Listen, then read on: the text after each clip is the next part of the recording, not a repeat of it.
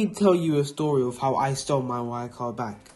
We all own things that are valuable to us, not because of what they're worth, but because of what they represent. And when taken from us, the feeling of loss can be overwhelming. When I was about 10 years old, in the early 1980s in Kampala, Uganda, I had a precious wire car stolen from me.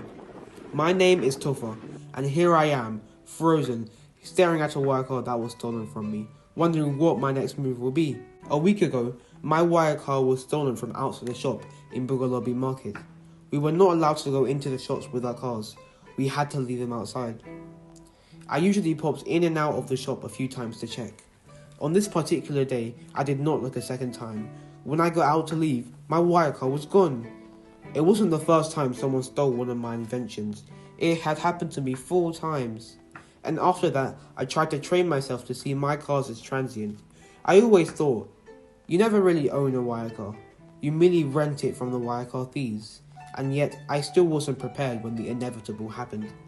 The theft of my car broke my heart. I knew the chances of me getting it back were close to none. That feeling of defeat as you walk empty-handed will be familiar to too many boys. I remember walking home, tears streaming down my face, feeling dejected.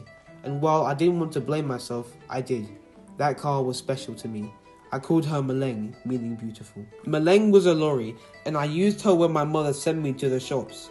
Sometimes I went on my own, and sometimes I asked my friends Odongo and Kidega to join me for a ride. Maleng was my favourite car. Maleng was different from the cars that I usually made. I made her that way on purpose. When I was building Maleng, I had 2 things in mind: safety and precaution. You see, cars with cool aesthetics were often the first to get stolen. I spent quite a bit of time planning and adding anti-theft tricks to Maleng's structure and functionality. My safety measures were to make the structure of Maleng look old and bent in many places.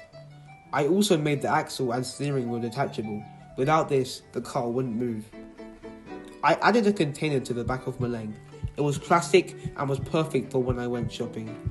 Maleng was on the outside, somewhat battered and bent, and on the inside, her functionality was top of the range. The day Maleng was stolen, I had only popped into the shop for a quick chat with Bizet. In a split second, she was gone. Here I was, days later, looking at Maleng parked outside the shop. I was shocked to see her. I knew from afar that this was my Maleng. I only had a moment to get her back. I walked as fast as I could towards Maleng. I quickly bent down, grabbed her, and ran as fast as possible. I remember finding myself in a field behind the flats where Odongo, Kidega and I often raced.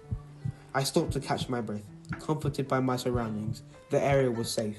Topha! Topha! Someone was calling me.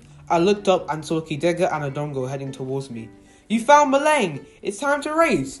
Kidega shouted with excitement, and so we raced. And when the sun set, the race was over. We set off for home. The drive home was even more fun. We raced down the streets and all the way home. And as I got to my door, a smile on my face, driving my Maleng. I saw my mother standing at the door, and then I remembered. I had gone to the market to buy ingredients for my mum to prepare chapati for lunch. This is also me that evening, but that story is for another day.